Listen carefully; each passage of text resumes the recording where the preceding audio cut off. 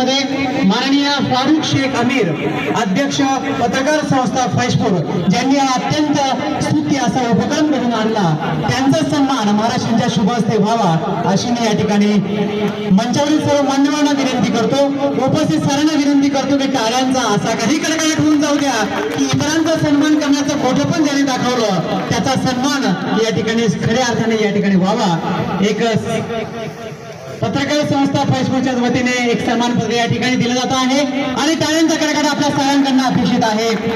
महाराष्ट्राचे खूप खूप आभार, धन्यवाद। आपली व्यस्तता आम्ही जाणून आहोत। विशेष ज्यांचा आज या ठिकाणी सत्कार झाला त्या सर्वांचं मी अभिनंदन करतो, त्यांना मनापासून शुभेच्छा देतो।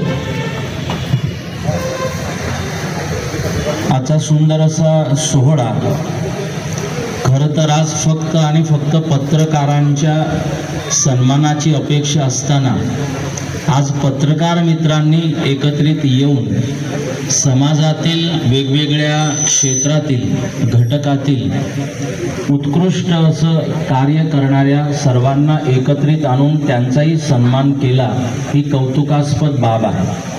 नाहीतर आज फक्त सन्मानाचा अधिकार पत्रकार दिन असल्यामुळे पत्रकारितेचाच असतो, पत्रकारांचा असतो।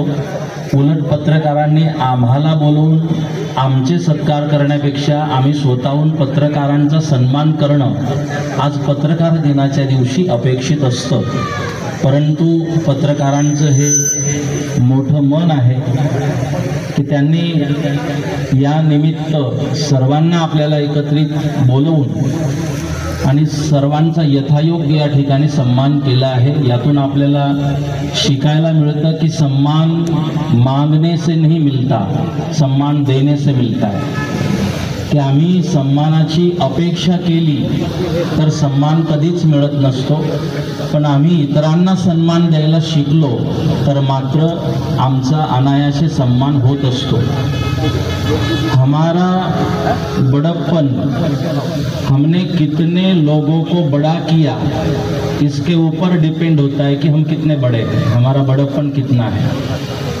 तर आज हा सोहळा एकमेकाच्या कौतुकाचा आहे, अभिनंदनाचा आहे, एकमेकाचं मनोबल आत्मबल वाढवण्यासाठी आहे, कौतुक करण्यासाठी आहे।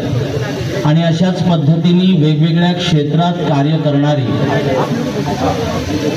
अनेक मंडळी आज एकत्रित आली आहे आणि मला असं वाटतं एकही क्षेत्र आज इथे असं नाही की जे उपस्थित नाही।